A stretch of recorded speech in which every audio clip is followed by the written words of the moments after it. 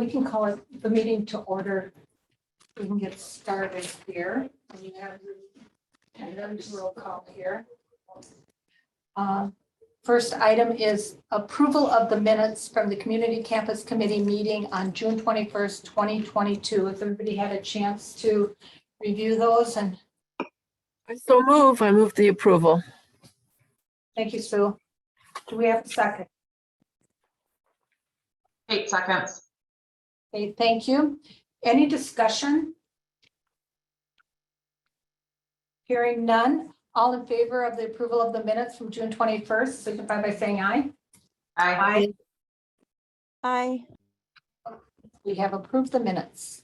Agenda item one and only, recommend an additional funds for amendment number 3 to community campus plan engagement and project completion. Everybody got the packet with the memo. So Abby, do you want to? Yeah, sure. Just very briefly, the amendment that we received from our consultants, I would kind of put the additional cost into 2 categories. One is related to getting an additional further assessment on existing buildings with the thought that we might maintain some of the existing buildings or reuse, refurbish. And those costs are going to be costs that would need to come out of the city's capital budget fund.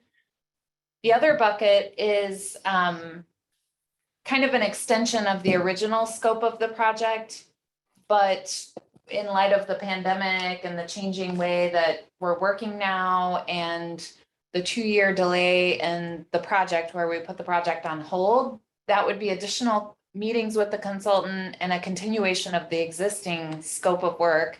And that half of the costs that we believe would be eligible for TIF District 3 funding. If this budget amendment moves forward, we are going to need to ask the Common Council for additional spending authority, about half coming out of capital and half coming out of TIF. It's possible that the Common Council will decide that they don't want to proceed with the additional work until next year so that they can include it in the calendar year budget. So that could result in a delay, but we don't know until we go to the council and ask for the amendment. I sent out an email earlier today with a few questions that hopefully helped to clarify the amendment as it was being proposed. Those questions were from the review that City Administrator Brian Gadow did of the document. And so that provided some additional information. And then it also gave an example of a mechanical, electrical, plumbing condition analysis because we weren't really sure what all that entailed. Justin probably knows exactly what that means with his work, but we weren't sure what all would be included within that. So they gave an example, a recent example from McFarland. And then the only other thing I was going to mention is coming out of this meeting today, I'm hoping that in addition to providing action on the budget amendment, that the Community Campus Committee can also let us know which of the additional engagement options you think would be appropriate, given where we're at with the project. So, Do you want to pull up the memo then? So we can. yes, So you're thinking it's about a $30,000 capital, $30,000 TIF expense? yeah, I think it was, It's 59,000. yeah. So the base level cost is 53,600. So we'd be looking at about 27,000 from each of the 2 funding sources without including any of the menu of additional engagement options. And those would come to 5,000, oh, yeah, 5,000 total, right? Yeah, I think it depends on how many sessions and how many meetings, but if we did one of each, then yeah, it would be 5,000. Yeah. Do I see any hands? Anybody want to comment? I had a couple, go ahead, Brian, sorry. This is more just a history question for me. So I see that this is listed as amendment number 3, so that I assume that we've amended this contract a couple other times. Can you just give me high level what those amendments were for? There was a second amendment and it was done very early on and it was $21,000. And I cannot remember why it was an amendment and not in the original scope. Does anyone else remember that? 21,000, you said? Yeah, it was 21,600, I think, and I'm trying to remember what exactly that was. Was it related to the request to include FF&E in the final budget? Let me see if I've uploaded it onto the FF&E. CCC website. Fixtures, furniture and equipment.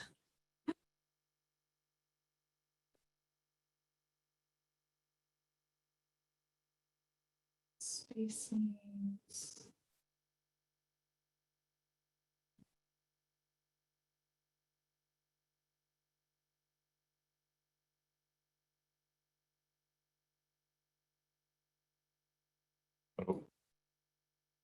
Alternatives, did we ask for? I think maybe was it after we selected them, they recommended some additional items that weren't included in the original? I think that you're RFP? right, Justin, I can't remember what it was, but it was like literally like 2 council meetings later, we were amending it. So it was right away, but I can't remember what the purpose was going back now this far. It wasn't anything to do with public engagement. I think that was always included. Mhm. Yeah. Let's see if we can- The finance committee meeting from 121 discusses the amendment, I think. From which meeting? Go down a little bit farther. Finance committee 12120. It states amendment there.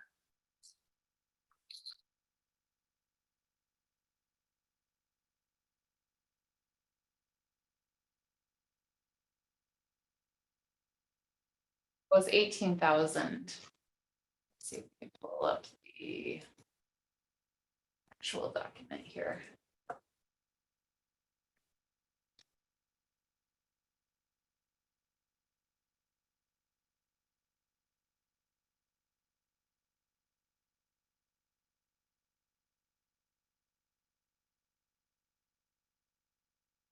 We can deal with it.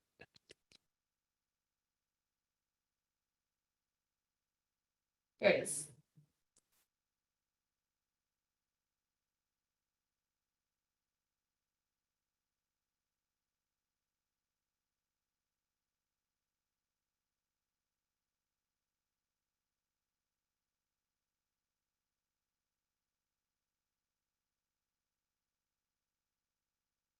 Oh, here. Exhibit.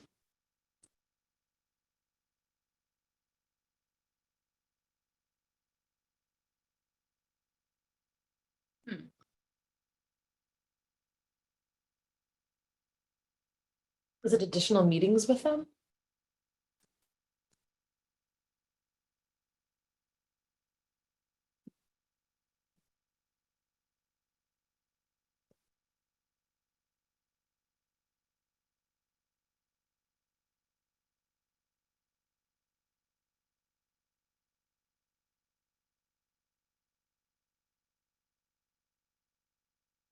Maybe it's the workshops. Yeah, I'm not sure. Okay. I'll find out and I'll send an email out to the gang and let you all know.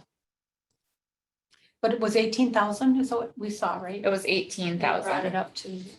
Yeah, I was thinking it was 21,000, but apparently it was 18,000. Jocelyn? Yeah, I just had a question about, I think I had a question and a comment, on the add-on engagement options under community questionnaire. Develop, launch, and summarize a brief online questionnaire. I'm wondering if that's something that we could utilize Polko for? Or if there's a better advantage to having them do it for $2,000. I'm not sure about that. Well, if we use Polko, we would have to prepare the questions, but it is a free service that we have well, it's not a free service, but we have a paid subscription. Do we know what they're trying to get at with this add-on here? What kind of questions they were going to? Yeah, I don't know. Yeah. And then my other question, and this is just sort of a general contract question, the last item, C, equipment utilization. What does that mean? At the very end. You keep going down. under Exhibit C. Yeah, that was very vague to me as well. I was questioning what Like, are we buying them we're trying to get computers? at there. Unless it's like a Yeah, survey. it'd be nice to know what the cost of that is and what that is. Right. Like-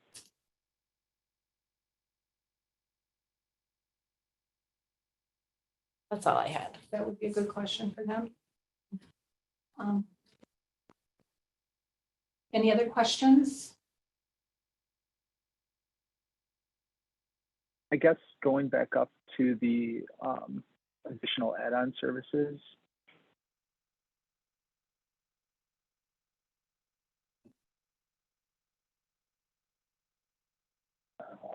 Where was it? There we go.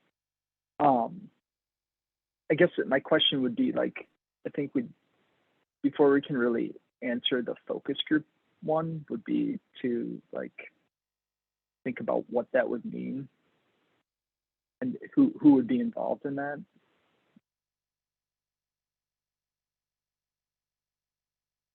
Like who are the key consultants, I guess, or groups identified by the city? Would that just be staff? Or would there be additional people outside this working group and staff that would Yeah, that really. would want input from? Yeah, and I kind of feel like we have to ask ourselves the question, what do we really want? Like, what are the outcomes that we're hoping for out of added engagement at this point? Or is it more a need for communication in general about where the project's at and what's happening? This is kind of what I was thinking was part of that, is if they go through and they do the study on the existing buildings and we find out that, you know, air quality, this is gonna cost that they would ask people, are they willing to put that kind of money into the existing facilities? Or is this the right route to take at this cost versus other costs? And we have never asked that question before. So it would happen on the back end? That's just my instead of idea, yeah. up front? Yeah, Okay. that's what my interpretation. I mean, I don't know how other people. I feel like that has to happen regardless. Yeah, and when you say So- ask people, do you mean the public, like the general public? Everybody's gonna have an opinion.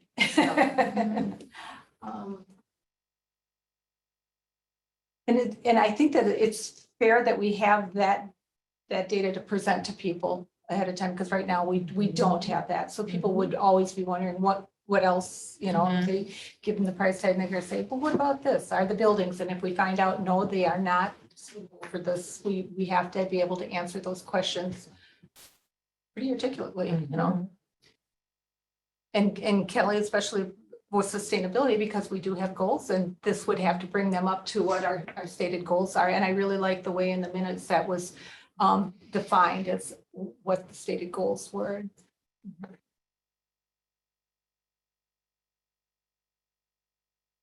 Are there any ways Yeah. to postpone these until after the legwork of the additional surveys are done? Or do they need to be part of this initial contract to get approval? Maybe I don't know if you heard that question. Couldn't hear you. I'm sorry. I went and shut the door because there was a little interference. Oh, You're Yeah, sorry. sounding softer than the other speakers too, so I don't know if you want to get a little. I can try speaking. There you up. Is there a way to add these later on if we feel we need them after the additional survey work is done? Or do they need to be kind of approved right now so that we can get approval from Common Council? What I would recommend. I just have a hard time deciding on how many meetings might be needed until we Yep. know what the findings are. Yeah, what I would recommend is if you proceed with Amendment 3, maybe build in an additional budget amount that you're requesting authorization from the council on. So let's say it's $10,000.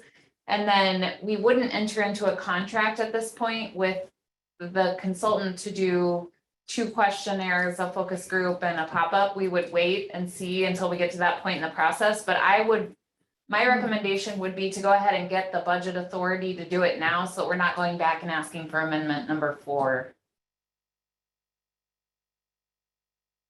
How's everyone feel about that?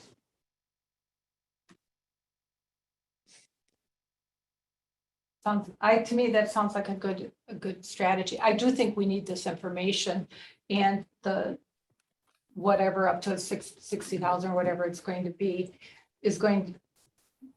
could end up saving us a pile of money, or it could just verifying that we're on the right track.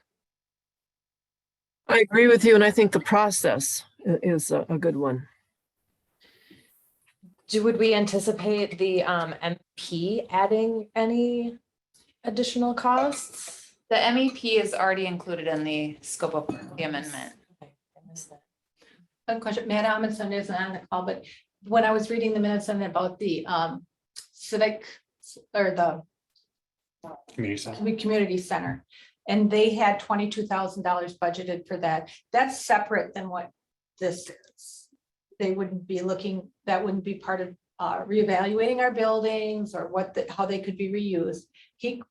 Is there a reason he can't go forward with doing that now, or? I don't know if we have a site where we can put it. Right, but wasn't it part of also what should be included in a community campus, what's needed, how big it has to be, and before you pick a site for it? Programming and Yeah. all that. And that's not what we're talking about with this additional funds right now, is looking into that. And I didn't understand if there was a holdup on our part that they can't move forward without. I think that what we bumped into with the community center is because we don't already have one. We didn't really have anything to base the space needs on. And so my feeling is that the consultant kind of put a number on it, which nobody could justify or could warrant the expense of, because we didn't have enough detail and engagement around what should actually be included in the space, what the programming needs were. So nobody had really made the case like what had been done with the feasibility study for the library. And I think that's why Matt's like, well, I better go ahead and get that in the works, because we get complaints at our department all the time about there being a lack of space to hold programs, but there hasn't been like a detailed study yet. So I think he has that in the budget this year, doesn't he? Yes, and they said 22,000, and I just want to make sure that what we're talking about isn't delaying anything he needs to do, because that could be an important part of this big picture at the end too, is if these buildings don't work and they want to incorporate that. So I just want to make sure we're not finding out what the needs are. And if he was he going to engage the same person that did the library feasibility study? Was that part of the minutes? I thought I saw. I don't know. Okay.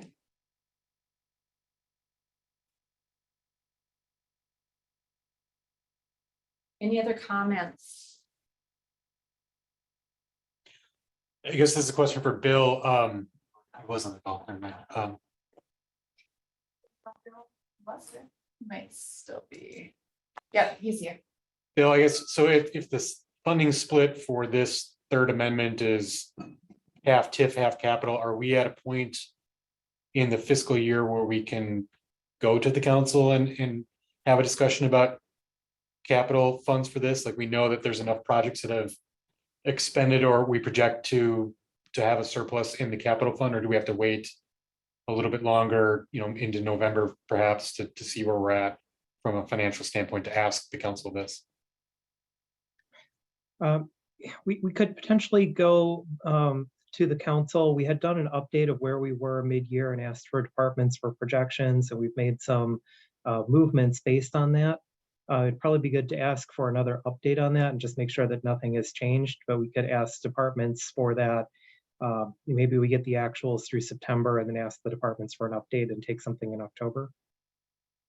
I just want to make sure if we're coming to the council, we know that we have the funding available if the council gives a green light, rather than saying we have to bring it to the council in September and say we have to wait till November because we're not sure we have funds.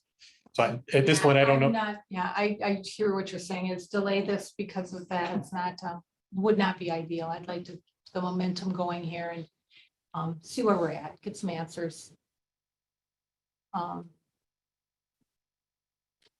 if we could find out what's there in the capital, and I just think that it would be wise for us to have the ideas whether these buildings are going to work or not. We have to have that answer. And I heard back from Matt Amundson, and he said that he does not have a consultant on that has been retained yet to do that detailed study.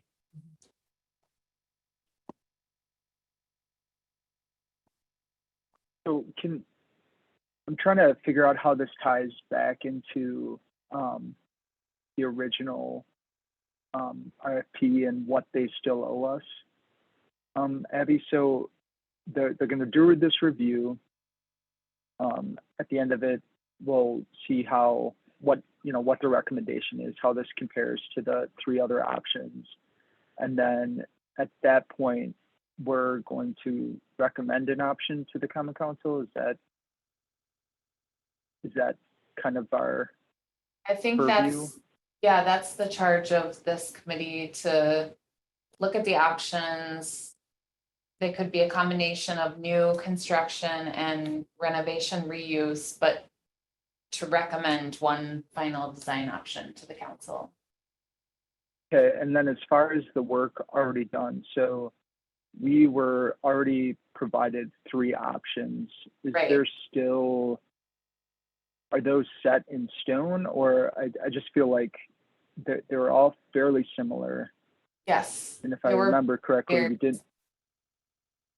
we didn't really want to go to the public at that time just because they were so similar. Yeah, And I so, think that we need to revise those options, and they need to include some that have reuse. If we find from this detailed analysis that, maybe one of the buildings is in pretty good shape. They do need to have more differentiated concepts, I think, because the ones that they were proposing, they all had the same budgetary range on them. They weren't differentiated enough that we could even go out and do the health impact analysis that we had talked about, because they were so similar that they all had the same square footages for each of the different uses. So I think that they're going to revise those three options. and that's all part of the original scope of work yet they're still planning on doing, or I think that Or that's do they part think of they're why they're done? asking for more money, because we are, okay. because they're gonna be revising those now, they're gonna have more meetings and it's gonna require more time, and we want them to Okay, look so at this now this with, additional scope isn't just to look at, relook at our existing buildings and giving us a better understanding on what can be done, but it's also looking at the 3 options. Okay, I just wanted to confirm that. Plus, we've So asked. then, Go ahead, I'm sorry. I was just going to say, so then getting back to those 3 additional scopes of work that they were mentioning, I wonder how productive or what we'd really gain at, sorry, can you scroll to maybe my screen's frozen. It looks like my screen's frozen. Sorry, I'm going to try to call back in. okay. We're also asking them to look at the square footage needs too. So whatever they put forward in the other 3 plans, I think maybe adjusted based on that. And we're not doing the public-private any longer. We're not interested in that, which would change that, what they've designed today. So.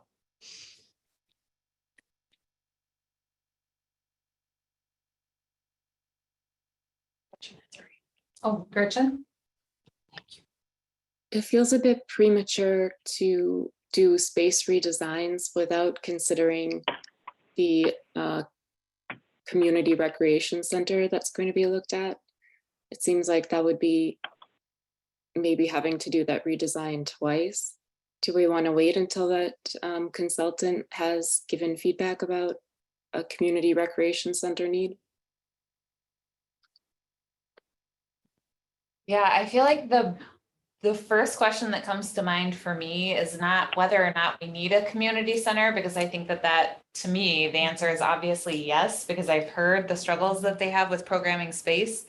The question is this the right location for a gymnasium and community center? Which was determined no originally.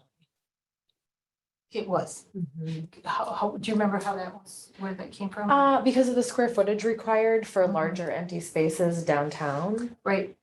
And also the population of where the community center would be used. They specifically gave the example of this is how much square footage and the height, the size of the envelope for something like a gymnasium. Mhm, mhm. Yeah, and that was my question too. Are we trying to shoehorn this in just?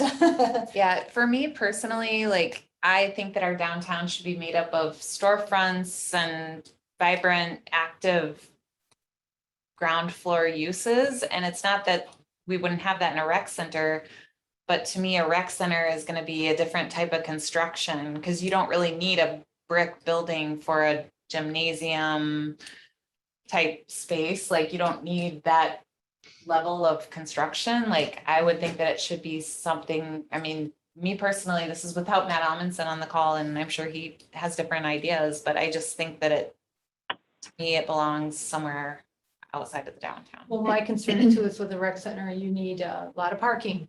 And it's like, would that gobble up a lot of what we have down here for, like, when they're programmed versus the restaurants or whatever, so. And we had put together some concepts for locating a community center on Terrace Avenue at the Quarry Skate Park.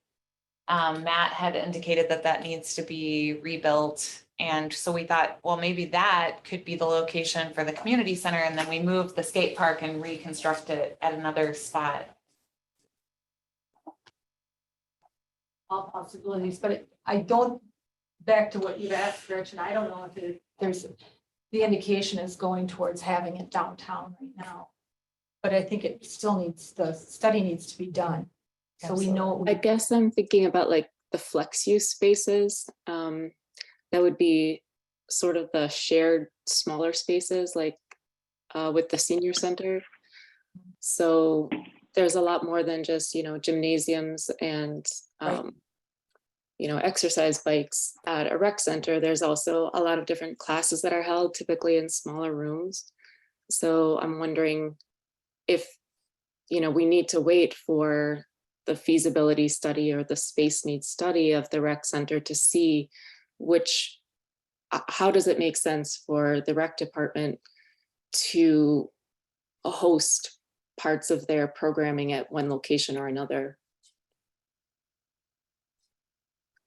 I guess that's what I'm thinking. That might be part of the questioning about how do you redesign or redevelop the civic space, the city hall space, and or the library, because then there could be the addition of those types of rooms that could be signed out either through the rec department or whomever, whatever, I think we'd be really careful about that though, because it's very specific that a library, we operate a different model.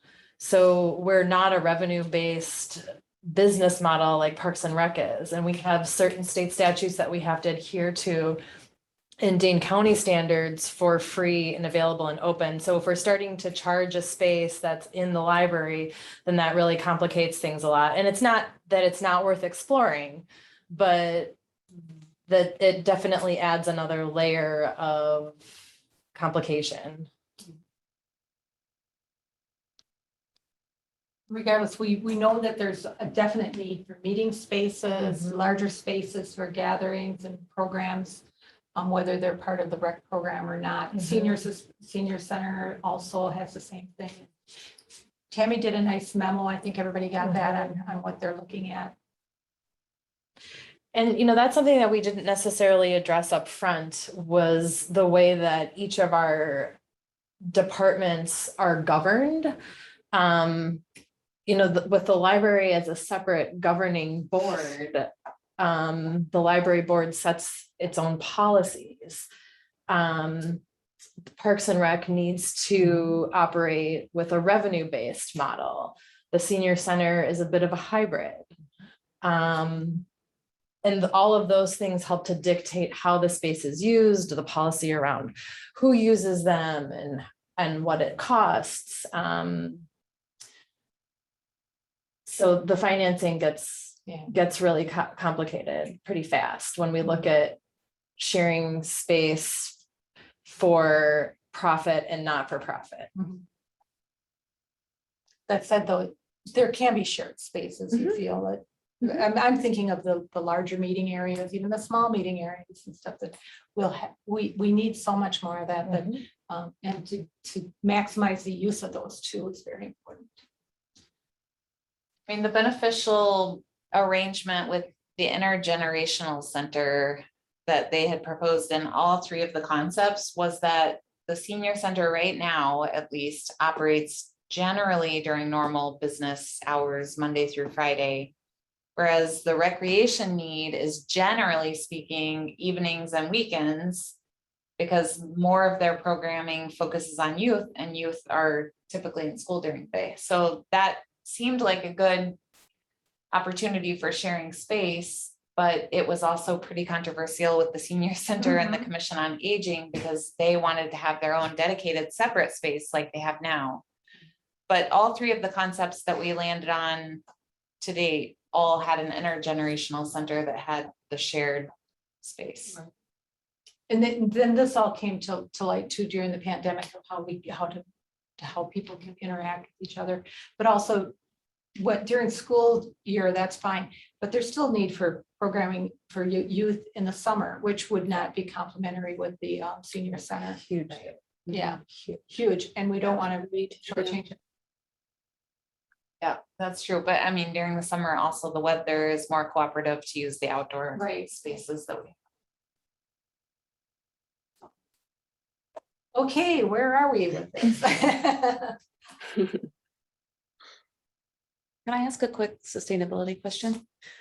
This might be a question just to send to the consultants, but and maybe Hamid knows how this goes, but will the MEP analysis for the existing buildings as they are be modeled such that we could meet our energy goals that would be similar to a new building? And then will that cost comparison show us operating expenses?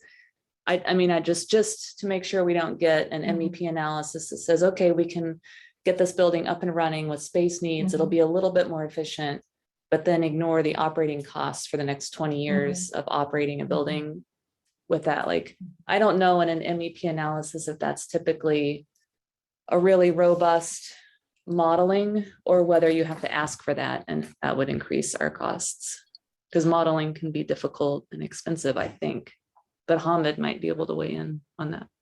I'm happy to answer that if I may. I do this, we have been doing it for many, many years, and we're experts in renovation of buildings and bringing it out to current standards and exceed energy uses. Typically, what we preach is that the greenest building is the one that you own. You cannot do any better than that, but by a significant margin. So the only question is, will the building infrastructure will support what you want to do? We just recently renovated a pool building into a recreational facility, which is a complete modification of a building use and that. So as long as the code allows it, and the one that really stops you is the structural. Typically, if you're not making a major change in use, if you're not going from an office building to an assembly occupancy, if you're doing to similar use, the issue of energy envelope improvement is minor. If either one of the buildings that are in question, both the city hall and the library, the envelope improvement is relatively minor in the overall replacement cost of the building. So you can, and these buildings, at least the city hall envelope, needs a complete renovation anyway. And there are many, many ways to do it. And if you're interested, I can show you some example of it at some point. But to answer your specifically question, the question is, what is going in there to be able to, so what the MEP renovation will do for you, it says that you have a mechanical system for its current use, and it requires X amount of dollars or this type of systems to replace it or improve it or fix it or whatever the case may be.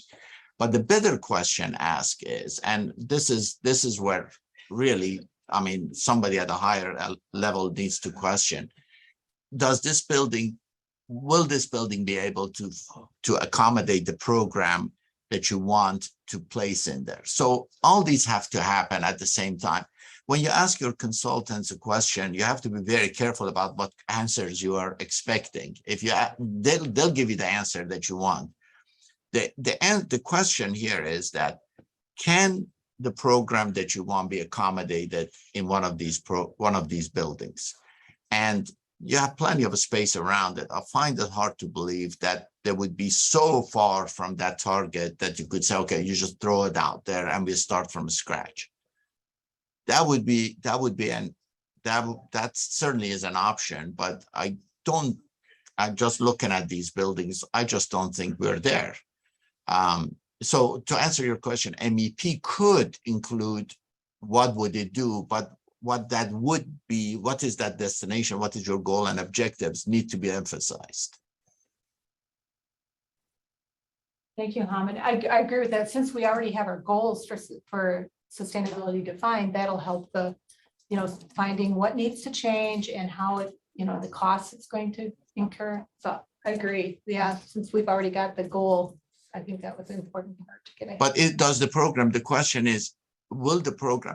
I read your meeting reports, and apparently you guys have abandoned the public-private partnership, right? That's out, right? That is Within one building, that is correct. Within any, we would not anticipate that we would have any public-private partnerships within any one building. So the city building, we need to focus on what we need for our city buildings, and we wouldn't anticipate having like leasable space for a business to operate out of a city building. Or apartments. Or apartments, correct. Okay, so then essentially it is really a positive perspective, and I'm so grateful that you guys have taken the public-private partnership out of the picture. So now it appears that you have so much money and you have so much resources, and you have clearly more program that you have money or resources for in terms of land resources. So then the question becomes, if you can break down the program in a digestible fashion, in a more granular fashion, and then simultaneously look at the available spaces and say, can these spaces be augmented to accommodate those programs? That would be the question I would ask my reviewers of the existing facilities to consider. They say, listen, we have a building over here and we have another building over there, and we have these spaces around it, and these are our resources. How would you modify this building to accommodate that program? And then you can see, we just recently did a second floor to a one-story building. We just dropped some columns in very strategic location and added the floor to the building. I mean, there's so many options that creative minds could come up with that solves those problems, but you have to know which programs, where do you want to put those programs? And I think that would be the fair question to ask your consultant.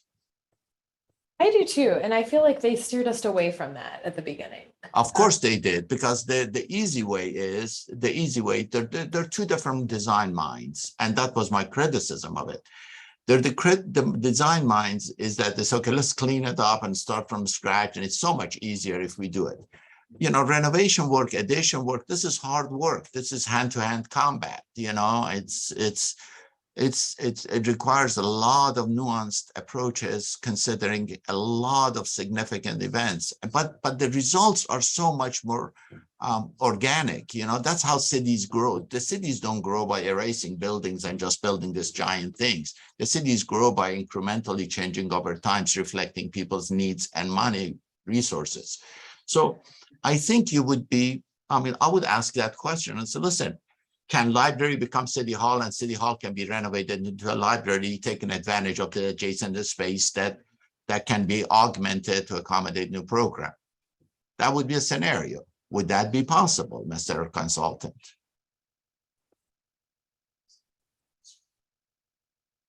Yeah, I think the trouble with that is only going to be the space needed to accommodate the program required, right? We're dealing with one-story buildings, essentially, two-story buildings if you're counting the basements. But you could make it a three-story think- building. I just commented on that, Justin. Yeah, understood. I'd have to check back at what the program needs, but just remembering some of the massing that was going on, it seemed like there was more space needed than that.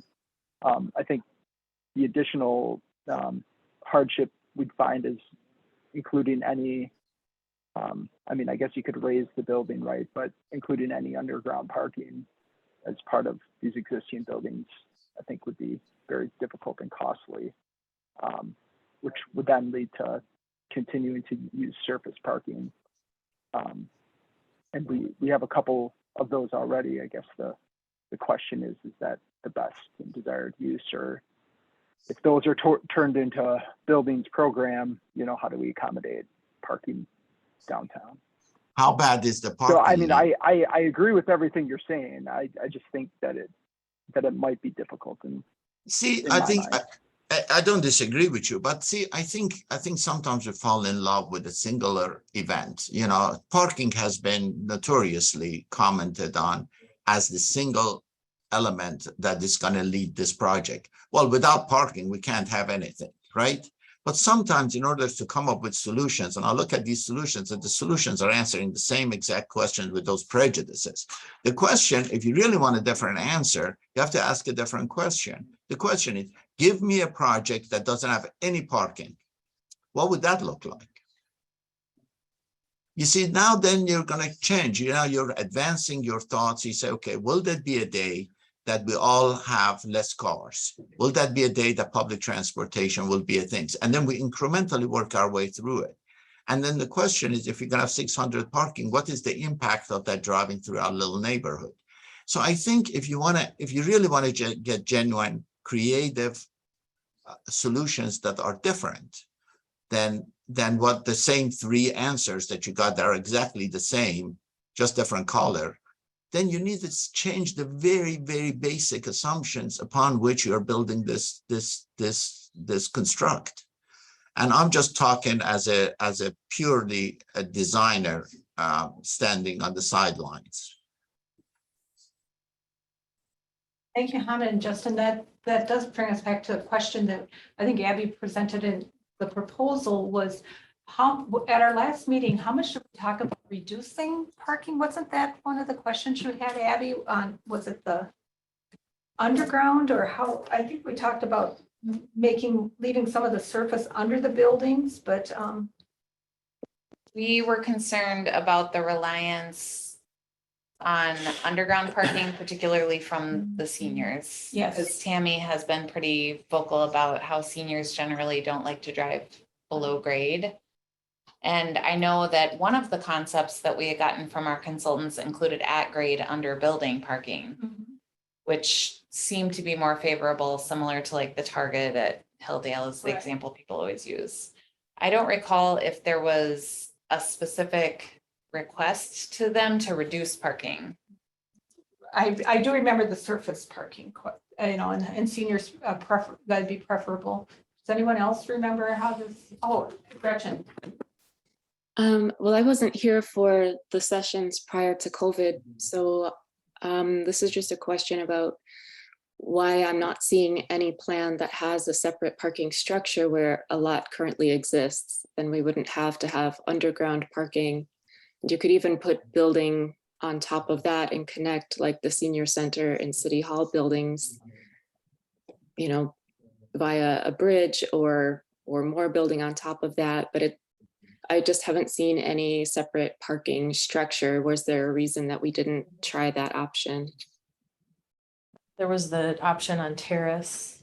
Remember the structure on Terrace? Yeah, yeah, which doesn't really have a lot of turning radius to ramp up. So they did look at that, Gretchen. I think it was before you joined, well, it was certainly before you joined the committee. And they didn't find an ideal layout on any of those current parking lots that would allow the right kind of ramping up to get the highest efficiency. And then there was also a concern about how parking structures are very, very difficult to retrofit into another land use. So if, as Hamid alluded to, there are changes in technology that reduce the reliance on owner occupied vehicles, even if, if we're doing more of a self-driving automated rental type procurement service for transportation, we may not need to store vehicles as much in the downtown, and that could result in a real big challenge for retrofitting that land use. And then also, I know there was quite a bit of discussion about whether or not the city of Middleton is ready to charge for on-street parking, because if you're gonna have a ramp, you probably need to charge people to use some parking so that you have a revenue stream to maintain a parking ramp, because it's very expensive. And the first parking that you would charge for, if you're going to implement paid parking, would be the on-street parking, because that's the highest demand. That's the easiest use that people like to pull into. And so we would need to be able to put up meters or something that we would charge people for on-street parking. And there seemed to be a reluctance in doing that. Our downtown's too small. People aren't going to want to pay, but there needed to be like a revenue stream attached to be able to maintain a structure. I think that was kind of where we left it. So how is that then different from the underground and surface parking under the buildings that are currently offered? That seems like it would be the same criticisms. Yeah, I think we would still struggle with maintenance and retrofitting, but I think that we have used the land at least for other purposes besides just parking. And I know that there was some support for using TIF dollars for underground parking that could also be shared with the business community. So that way, the benefit there is that we're not just locking in these stalls just for civic purposes, but that Hubbard Avenue Diner and, the other retailers and restaurants would also benefit from having that parking. One thing I'd really like to see as an outcome of additional work would be a breakdown in TIF dollars available under the different proposal plans. If we did pure renovation, would that be without the ability to use TIF dollars? Is that completely referenda or city budget? If we do, knockdowns and rebuilds, can we use some TIF dollars for that, and how much? I'd love to see a comparison of how much the public would need to pay for the different proposals. Brian, do you want to say anything on that? Yeah, I mean, Bill, correct me if I'm wrong, but the only piece that we could use TIF for would be for provision of public parking. We can't use it for any new municipal building construction or retrofit of an existing municipal facility. Yeah, that's my understanding. And in the initial scenarios, we looked at TIF components, and that was primarily for the public parking. I think if there's some work done for streetscaping or beautification related to the project, that may be eligible. And then the other would be if there's a creation of spaces available for private development, like if there was a site being created that could be sold or leased. But I would agree that the buildings themselves for public offices and purposes would not be TIF eligible. Thank you. Is that the same for the library too, then, with their funding structure? Yeah, I mean, that's the same municipal building, period.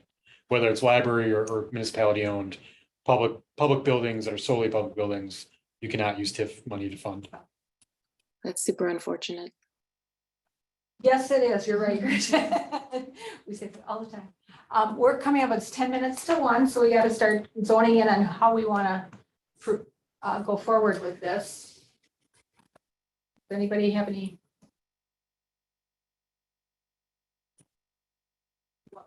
If we want to ask for the additional funds to do the studies, or what do we, If that is your recommendation, if that is the committee's recommendation, I'd suggest that, that ask come to the council at some point in October rather than, in September, to that give us some time to verify what capital funding from 2022 might be available to cover that portion of the amendment. It seems we need to be pretty clear about what questions we're trying to ask. is this actually the budget that we need for the questions we want to ask? I think is still a question in my mind. And do we need to include the work done by the other consultant for the community rec center is another question I have.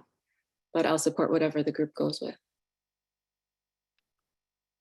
Abby, let me just ask you a quick question. Did we not have a condition assessment report for the library at some point?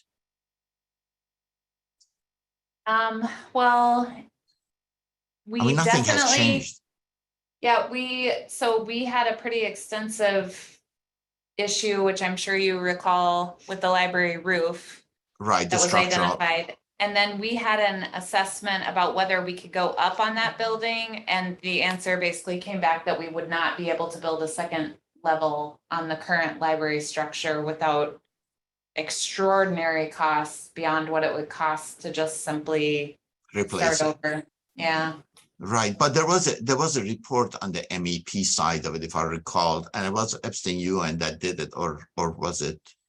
I don't remember who did the report, but I recall reading that, and I thought there was a MEP evaluation of those systems. So I don't know why we want to do, if it's just a question of evaluations, which is essentially looking at the piece of equipment and says how much life is left in it. Yep. And And I talked with our library director and our building inspector about that, and we have bits and pieces of an MEP, but we have not had a full MEP report completed for that building. We did have a space needs study. Is that what you're thinking about? Like how they need to grow and what? Yeah, but included in that, if I recall correctly, was, and maybe it was the same report or not, but there was an evaluation of the building's MEP system. Okay. I don't recall precisely what it was. I'm sorry. I'm getting old and I don't remember as well. So, but I thought there was some indication. So if that were the case, then it's probably, if what you want to know is how much life is left in these building systems, then I think that might be a really quick, evaluation. But if you want to get into deeper level of structural and egress and change of use, then it's probably warrants. I'm just offering an editorial comment. It's probably, the numbers don't seem, if it's genuinely the scope is defined and expectations are articulated, then the numbers appears to me, at least from where I'm sitting, it seems like a bargain to me. One thing I'd like to comment, it's not how, it's not how much life is left in them, but do they meet the standards that we're requiring for our buildings now from the sustainability and efficiency? Oh, that is, then the question is, what standards are you talking about? It's an existing building, you're replacing it with an in-kind, you're going to meet the standards. The question is, are you going to be, is it going to meet the requirements of your new program? And that's what we talked about that earlier. So yeah, it will meet the requirements. I mean, they will update it to this will be what's called a level 1 alteration. It doesn't require any major code changes. It's in-kind replacement. You take an air handler out, you put a new one in. It's more efficient, it's fancier, it has better controls, and off you go. Yeah, and I think Kathy was referring to the city's approved sustainability goals for the civic campus. So that includes energy efficiency, net zero water, meet 100% of the stormwater runoff volume control. These are all minor items. This is a little bit of envelope improvements and better controls and a few item changes. These are not that hard to achieve. The bigger issue is that, can it fit the new program? Right. That's the question. If it doesn't, if you can't fit the new program in it, then none of this matters. These are secondary, from my perspective. But the other thing that sometimes this analogy that's used. You go shopping, and I'm an immigrant, so I know how to read the menu from right to left, not from left to right. Sometimes you just gotta read the price tag and says, can you afford the meal you're ordering? If you start ordering the meals that you want and you can't afford it, both in terms of space and cost, then I think you're going to get yourself into a loop of never-ending cycle. I think sometimes it's better to start and saying, okay, this is what we can do. Can we work with it? That's a good point, and that, because when we saw the price tag that came back with the three options, it did make you go, well, you can't just have everything. There's going to be compromise on this, and if it means we have to evaluate what we have and how we can improve it to fit within a acceptable amount, that's where we should be heading. And I think that it's important that we do this amendment so that we can get these numbers and get looking at what can be done and what can't be done. Or can be done incrementally over time. See, Exactly. the beauty of a master plan is that it needs to be planned all out, but designed in a fashion that you can do it incrementally over time. And as things at needs change, as new information come about, as technology change, we can make adjustments. To build the infrastructure for something for year 2022, and by the time you get to finish it in year 2030 and the cars have vanished from the face of the earth and everybody's driving self-driving cars, then suddenly those plans are going to vanish, are going to become obsolete. And some of this will be a fundraising effort too, so that'll depend on how things are phased in also. So we're at just a few minutes to 1. Does anybody have how you'd like to proceed? I liked Justin's suggestion of saying yes, but not yet to the add-on engagement options. So to include, or if we're at, what are we at, 54,000 plus, and Abby said 10, not to exceed? I was just throwing a number out. Yes, you. I guess I have the question, why are we rushing getting this approved if we're not sure that the council can even approve it until November? Do we want to take another meeting to be really clear on our questions that we want to ask the consultants, make sure we have the right number, and then present it in November and get it passed with some assurity? Because I just feel like we're still talking a lot about questions right now. But this is to I answer. tend to agree. And I think it would be nice to get an itemized what they're all planning on including in this MEP report. Right now, it seems like we have a reference to a different MEP report, but it would be nice to understand, what they're actually planning on providing, and that might help tie into that last item of like additional equipment. I still really question that. Abby, do you have enough do you understand enough of what they're asking that we could go to the consultant and find out and regroup here in a week or two or so to find out? Well, if you ask for deliverables, that gives you the answer. I think Justin is alluding to that. Just ask him for what are we going to get at the end. So we would regroup with the answers to some of these questions so that Gretchen and Justin, they know more about, that we'd have answers to the questions that we need. Yes, and there were a couple of questions early on too that I can get clarification on, like the equipment utilization in the contract, whether they feel that these approved sustainability goals can be met through the MEP analysis of the current buildings and whether that can be a component. And then just get more clarification on, what we can expect in terms of concepts presented and differentiation between more differentiated concepts. Any other questions anyone has that you'd like to have Abby ask the consultant? Tammy, do you have any questions? I'd like to know what they're thinking about when they want to send out this community questionnaire. Like, what types of questions are they hoping to, get answered through that? I'm still a little fuzzy on how that's gonna project at For sure. this point without knowing the questions, you know, it's kind of hard to say, yeah, here's $2,000 for a questionnaire without really understanding what they're proposing. And I can also get more information on the Parks and Rec budget for the community center and what the status and timing is of that Yes, project. That would be good information. I just had one quick question. I apologize. I got sidelined here, so I joined the meeting a little bit late.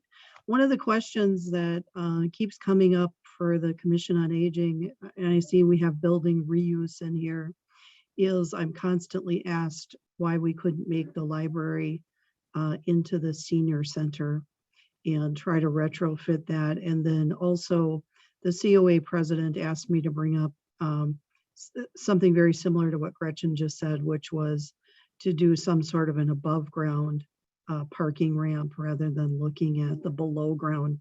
Maybe you covered that already in the first part of the meeting, but I just wanted to bring that to your attention because it was asked of me a couple of days ago. So. Thank you. Am I hearing from I heard from 2 commission members that you would like for above ground single use parking structure to also be considered? Is that? I believe that is what they are suggesting, yes. I would just comment on that and maybe try to fit in some activated space on the ground floor. I know in a separate group that I'm working with, looking at design guidelines and the updated building or not building code. Can't think of the word right now. Anyways, we're really looking at activating that first floor and reducing the amount of parking that might be available at the first floor. So especially on street facing facades. I think that's kind of my issue is if we just make a parking ramp with no first floor activation, we're essentially back where we're at now, probably a little worse. So I'm kind of concerned. I understand that they want the street parking, but I'm a little apprehensive about doing a full blown parking structure because that has been talked about and rejected several times in the downtown area. And I don't want to put a lot of money into going through that exercise if we're feeling pretty Yeah, if confident. there's no support for it at the city level, then it's a waste of time and money to consider that option. But I understand the at-grade parking and that wanting that, but to go, to a 3-4 story parking structure in a limited area, I do question that. So I don't want to put a lot of money into something just to verify that it's not a preferred option. I feel that a parking structure where it's been proposed previously, like the parking lot between the senior center and city hall, would really be an obtrusive break in this downtown environment that we have. And I think it would be highly undesirable. I think if we were going to have a parking structure, I would prefer for it to be closer to University Avenue, probably on property that we don't own, maybe on the BMO Harris Bank and Gunderson properties or something that wouldn't break up the core of the downtown. Right now, Abby's got a list of questions here that she's going to take to the consultant. And if there's any more questions we want to add to that, otherwise, we're at 5 after. Do we want to get a motion to defer any decisions?